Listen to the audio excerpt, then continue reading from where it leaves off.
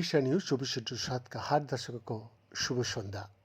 दर्शक, वैज्ञानिकों को आनुवंशिकता और बीमारी के बीच संबंध पर लंबे समय से एक संदेह रहा है, जो हिपोक्रेट्स के समय से है, जिन्होंने देखा था कि कुछ बीमारियां परिवारों में चलती है। हालांकि वर्षों से वैज्ञानिक मानव जीनोम में उन आनुवंशिक संबंधों का स्रोत को समझने की तरीका खोजने में लगातार बेहतर होते जा रहा है।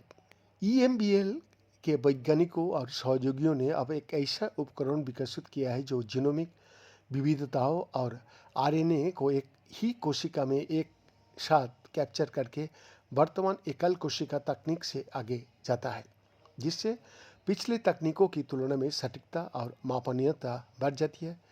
जीनोम के गैर कोडिंग क्षेत्रों में विविधताओं का पता लगाने में सक्षम ये उपकरण वैज्ञानिकों द्वारा DNA के उन हिस्सों का अध्ययन करने के तरीका को बदल देता है जहां रोग से जुड़ी विविधताएं होने की सबसे अधिक संभावना होती है। अपनी उच्च परिशुद्धता और क्षमता के साथ ये एकल कोशिका उपकरण आनुवंशिक विविधताओं और रोग का भी संबंध स्थापित करने में एक महत्वपूर्ण प्रगति का प्रतिनिधित्व भी करता है। एक लंबे समय से चली आ रही है समस्या, क्योंकि एक ही कोशिका में DNA और RNA का अध्ययन करने के लिए वर्तमान एकल कोशिका विधियों की क्षमता सीमित है, जहां संवेदनशीलता की कमी है तथा ये जटिल भी है।